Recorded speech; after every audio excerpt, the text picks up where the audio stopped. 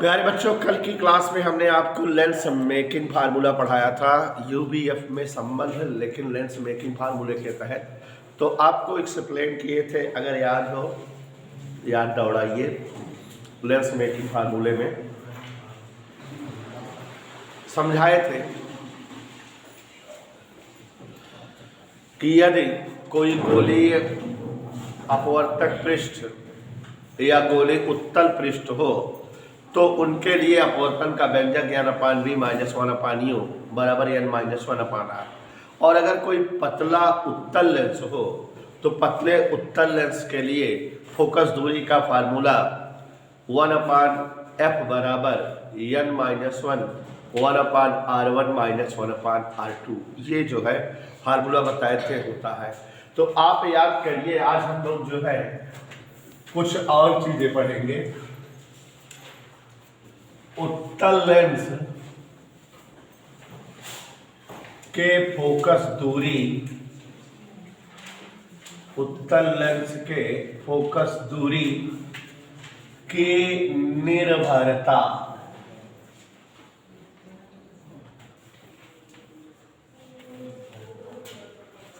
सभी बच्चे ध्यान से, उत्तल लेंस के फोकस दूरी की निर्भरता माने उत्तल लेंस की फोकस दूरी किस पर निर्भर करती है। तो प्यारे साथियों, बहुत ज़्यादा जो है इम्पॉर्टेंट टॉपिक नहीं है। न्यूमेरिकल जो है अम्बुज के कहने पर शुरू करने जा रहे हैं। अम्बुज ठीक रहेगा? तो बहुत तेज न्यूमेरिकल शुरू करने जा रहे हैं। हाँ, एक चीज़ है कि आज डेरिवेशन छोटे मोटे हैं जो करा दे रहे हैं। क्वेश्चन सीट बनाए हुए हैं, लेकिन कल भूल गए निकलवाना। आज निकलवा लें, कल दे देंगे। क्वेश्चंस लिखना नहीं पड़ेगा, दे देंगे, वो हिसाब करिएगा। तो यहाँ देखिए जरा, ठीक है ना, बनवाए हैं कुछ। यस। उत्तल लेंस की फोकस दूरी की निर्भरता। उत्तल लेंस की फोकस दूरी समरीन बेटा 1/f बराबर n-1 1/r1 - 1/r2 ये होती है। तो इससे साफ साफ स्पष्ट है, अनमोल डाल से स्पष्ट है कि फोकस दूरी अपवर्तनांक के व्युत्क्रम अनुपाती होती है। माने जिस जो है प्रकाश का अपवर्तनांक सर्वाधिक होता है, उस प्रकाश की फोकस दूरी सबसे कम होती है। और अब हम लोग जानते हैं कि जो है 7 रंगों की जो प्रकाश होते हैं, विब्योर VIB GYOR 7 रंगों की जो प्रकाश कड़ी है, इन 7 रंगों के प्रकाश कड़ी में अपवर्तनांक सबसे कम लाल प्रकाश का और सबसे अधिक बैगनी प्रकाश का होता है। माने अपवर्तनांक बैगनी से लाल की ओर घटता है, तो फोकस दूरी बैगनी से लाल की ओर बढ़ेगी। ठीक है ना? क्योंकि NV is greater than NR, बैगनी प्रकाश का अपवर्तनांक लाल प्रकाश के अपवर्तनांक से बहुत ज्यादा होता है। इसलिए स्पष्ट है कि लाल प्रकाश की फोकस दूरी बैगनी प्रकाश की फोकस दूरी से अधिक होगी। एक निर्भरता ये हो गई। दूसरी निर्भरता लेंस के फोकस दूरी की, ये पहले निर्भरता हुई। मान लीजिए यशपाल जी, साफ साफ स्पष्ट है कि लेंस के पदार्थ की फोकस दूरी उसके जो है माध्यम के अपवर्तनांक के व्युत्क्रम अनुपाती होती है। बैगनी प्रकाश के लिए अपवर्तनांक सर्वाधिक होता है, अतः स्पष्ट है कि बैगनी प्रकाश की फोकस दूरी किसी लेंस के लिए सबसे कम होगी अन्य सभी रंगों की अपेक्षा। लाल प्रकाश का अपवर्तनांक सबसे कम होता है 7 रंगों के प्रकाश में, इसलिए लाल प्रकाश के लिए फोकस दूरी 7 रंगों के प्रकाश के लिए सबसे अधिक होगी। ठीक है? और आपको बताना चाहेंगे अम्बुजदान कि भिन्न भिन्न रंगों के प्रकाश के लिए लेंसों की फोकस दूरियां भिन्न भिन्न पाई जाती हैं। लाल प्रकाश की फोकस दूरी अलग है, बैगनी प्रकाश की फोकस दूरी अलग है। इससे एक बात यह होती है कि अगर किसी वस्तु का भिन्न भिन्न रंगों के प्रकाश में प्रतिबिंब देखो, तो भिन्न भिन्न रंगों के प्रकाश के लिए वस्तुओं का प्रतिबिंब भिन्न भिन्न आकार का और भिन्न भिन्न स्थान पर बनता है। और प्रतिबिंब बनने का यह दोष वर्ण विघटन कहलाता है। और 2 लेंस जोड़ करके रख दिए जाए इस प्रकार से कि दोनों लेंसों के संयोग के कारण किसी भी वस्तु का भिन्न भिन्न रंगों के प्रकाश के लिए प्रतिबिंब एक ही स्थान पर और एक ही माप का बने, तो लेंसों का यह संयोग अवर्णक संयोग कहलाता है और ये घटना अवर्णकता कहलाती है। कंपटीशन में पूछा जाता है इसलिए बता दिए, कंपटीशन का टॉपिक है। देखो इधर भिन्न भिन्न, सभी लोग देखो जरा, रंगों हेतु फोकस दूरी भिन्न भिन्न होगी कि नहीं? इस कारण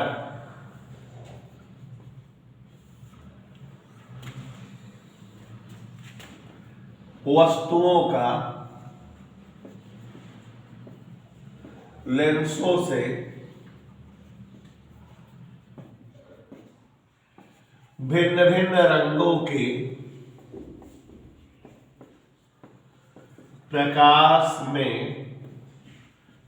प्राप्त प्रतिबिंब कैसा बनता है? वस्तुओं का लेंसों के द्वारा भिन्न भिन्न रंगों के प्रकाश में प्राप्त प्रतिबिंब भिन्न भिन्न स्थान पर बनता है। लाल प्रकाश में और दूर बनता है, बैंगनी प्रकाश में नजदीक बनता है। ठीक है, भिन्न भिन्न स्थान पर और भिन्न भिन्न माप का, छोटा बड़ा।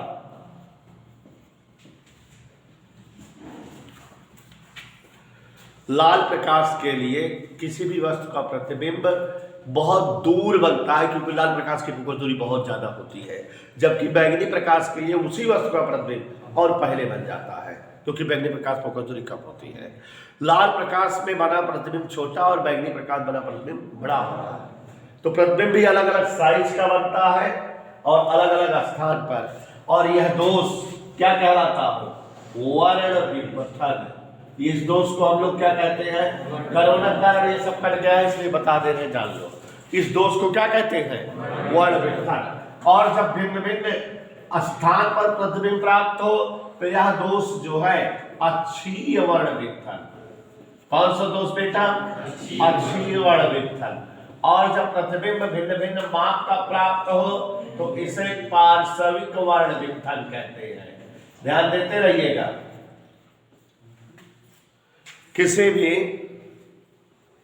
लेंस के द्वारा किसी वस्तु का भिन्न भिन्न रंगों के लिए बना प्रतिबिंब अगर भिन्न भिन्न स्थान पर प्राप्त हो तो यह दोष अक्षीय वर्ण विपथन, और भिन्न भिन्न साइज का प्राप्त हो तो यह दोष अक्षीय वर्ण विपथन का सूत्र कभी कभी पूछा जाता है ओमेगा एफ वाई या F R minus F B. ये डेरिवेशन और सूत्र होते हैं अक्षीय वर्ण विपथन का। ठीक है, और यही होता है अक्षीय वर्ण विपथन माने F R minus F B, दोनों फोकस दूरियों का डिफरेंस अक्षीय वर्ण विपथन होता है जिसकी वैल्यू ओमेगा एफ वाई होती है। अब यहां पर देखो अवर्णक संयोग और अवर्णकता क्या है। दो लेंसों को हम जोड़कर रखें कि किसी वस्तु का प्रतिबिंब इन लेंसों के संयोग के कारण भिन्न भिन्न रंगों के प्रकाश में एक ही स्थान पर बने और एक ही साइज के बने, माने वर्ण विपथन का दोष दूर हो जाए, तो यह संयोग अवर्णक संयोग कहलाता है और यह घटना अवर्णकता कहलाती है। दो लेंसों का वह संयोग जबकि वस्तुओं का भिन्न भिन्न रंग के प्रकाश, भिन्न भिन्न रंगों के प्रकाश हेतु बना प्रतिबिंब एक ही स्थान व एक ही माप का हो, अवर्णक संयोग कहलाता है। यह घटना अवर्णकता कहलाती है। और अवर्णकता प्रतिबंध ध्यान से देखिए जरा, omega 1/f1 plus omega 2/f2 बराबर 0। ये अवणकता प्रतिबंध है, ठीक है। जहां ओमेगा क्या है, वर्ण विक्षेपण क्षमता, F1 F2 क्या है, दोनों लेंसों की अलग अलग जो है फोकस दूरियां। कंपटीशन जब भी दोगे, पॉलिटेक्निक का परीक्षा हो या IERT परीक्षा हो, इस सूत्र की चर्चा जरूर होती है। तो सूत्र भी लिख दिए हैं, कहते हैं अवणकता प्रतिबंध क्या होता है ये जानते रहो। या कभी कभार सवाल घुमा दे देता है कि दो लेंसों की फोकस दूरियां इतनी इतनी है, उनके जो है वर्ण विक्षेपण क्षमताओं में संबंध बताओ, तो इसी सूत्र में मान देना खट से आ जाएगा। तो आप इसको जो है, हाँ प्यारे बच्चों, जैसा कि आप जान रहे हो लेंस के फोकस दूरी की निर्भरता, तो लेंस की फोकस दूरी वक्ता त्रिज्या पर भी निर्भर करती है। दूसरी निर्भरता है वक्रता त्रिज्या पर निर्भरता। लेंस की फोकस दूरी वक्रता त्रिज्या पर भी निर्भर करती है। वक्रता त्रिज्या पर कैसे निर्भर करती है, ध्यान से देखिए। वक्रता त्रिज्या पर निर्भरता, तो यहां बच्चों फोकस दूरी का फार्मूला 1/f बराबर n-1 1/r1 माइनस 1/r2 है। तो अब फोकस दूरी वक्रता त्रिज्या पर कैसे निर्भर करती है, ध्यान से देखिए। अगर जो है, गौर से देखिएगा, अगर उत्तल लेंस हो, उत्तल लेंस हो, अपने आप देखिए और समझिए। उत्तल लेंस इस तरह से बनता है और इसके प्रथम पृष्ठ की वक्रता R1 धनात्मक होती है और द्वितीय पृष्ठ की वक्रता R2 इस साइड होने के कारण ऋणात्मक। और अब अगर 1/f बराबर n-1 फार्मूले में प्रयोग करें, R1 की जगह प्लस R1 और R2 की जगह माइनस R2, तो ये n-1 1/r1 प्लस 1/r2, और ये पूरी वैल्यू धन में आती है। सब वैल्यू धन में है क्योंकि n का मान 1 से बड़ा हमेशा रहता है, तो n-1 धन में होगा और ये दोनों धन में हो ही गए। तो स्पष्ट है कि उत्तल लेंस की फोकस दूरी धनात्मक होती है। उत्तल लेंस की फोकस दूरी धनात्मक होगी। ये जो है स्पष्ट हो गया कि उत्तल लेंस की फोकस दूरी प्लस में आएगी। कभी कहता है कि सिद्ध करो उत्तल लेंस की फोकस दूरी धनात्मक होती है, तो ऐसे ही सिद्ध कर दीजिएगा। ऐसे ही अवतल लेंस के लिए गौर से देखिए। अवतल लेंस हेतु प्यारे बच्चों, अवतल लेंस का जो है इस तरह से फिगर होता है और R1 इस साइड है, माइनस वैल्यू है, ये R2 इसमें प्लस वैल्यू में होती है, ठीक है। और अगर 1/f बराबर प्रयोग करें n-1 1/r1 माइनस 1/r2, तो यहाँ माइनस कॉमन लेके बाहर कर दे अगर, तो minus n-1 1/r1 plus 1/r2, साफ साफ जाहिर हो गया कि R1 का मान माइनस हो गया। तो सत्यापित हो गया कि अवतल लेंस की फोकस दूरी ऋणात्मक होती है, श्योर एंड सर्टेन। अब जो है तीसरी निर्भरता, जिस पर जो है कभी कभी सवाल भी पूछ लेता है बेटा, न्यूमेरिकल जरूर इस सूत्र पर पूछते हैं कि अगर उत्तल लेंस को किसी द्रव में डुबो दिया जाए तब फोकस दूरी पर क्या प्रभाव पड़ता है। लेंसों को द्रव में डुबोने पर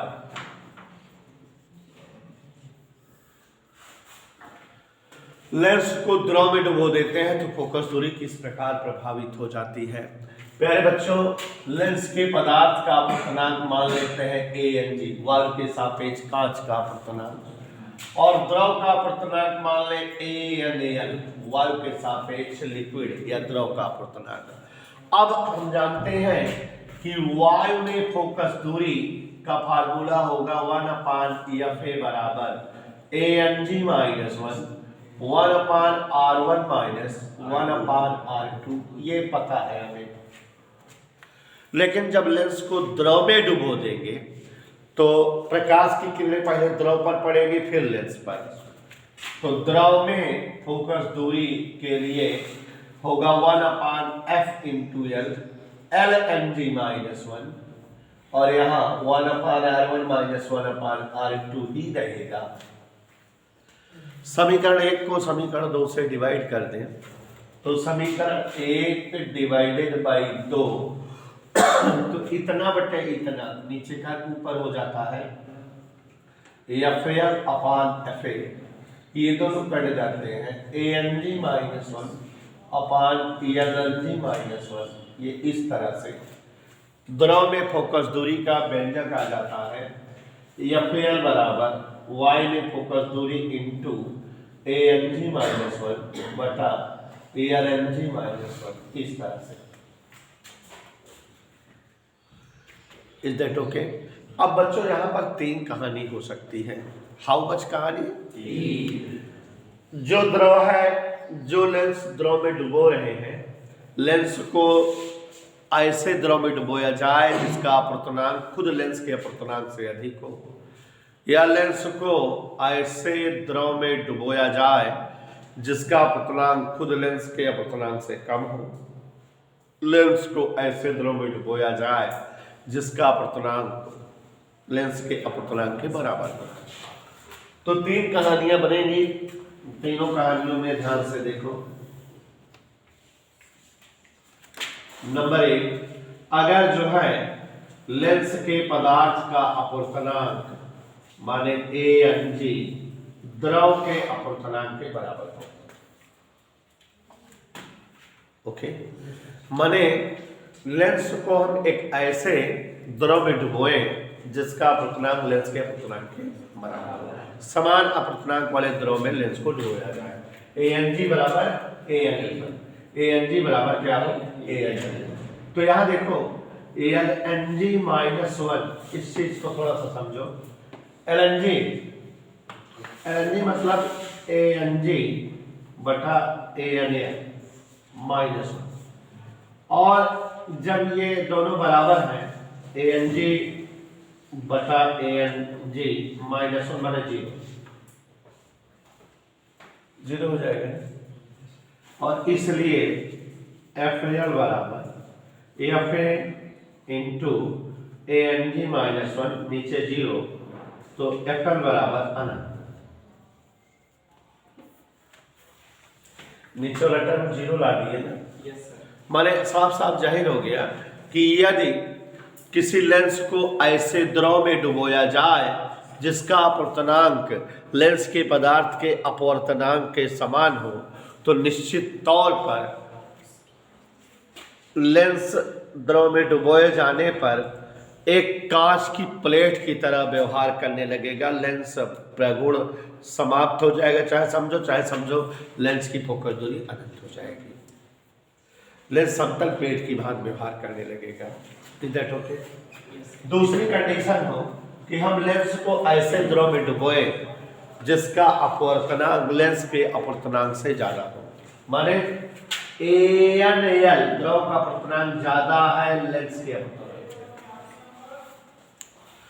ANL ज्यादा है ANG से, तो साफ साफ जाहिर है कि ANG छोटा है ANL से। माने द्रव का अपवर्तनांक ज्यादा है, माने लेंस का अपवर्तनांक क्या है? ANL से भाग दे दो, ANG बटा ANL लेस देन 1।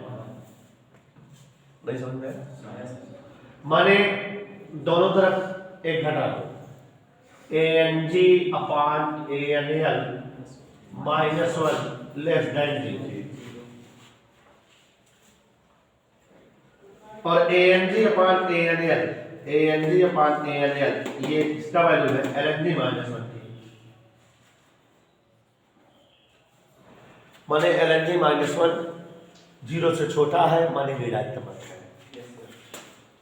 इसलिए यहाँ पर जो LNG FL है, FL बराबर FA गुणे ANG माइनस 1 अपान LNG माइनस 1 की वैल्यू क्या आ जाएगी? निगेटिव।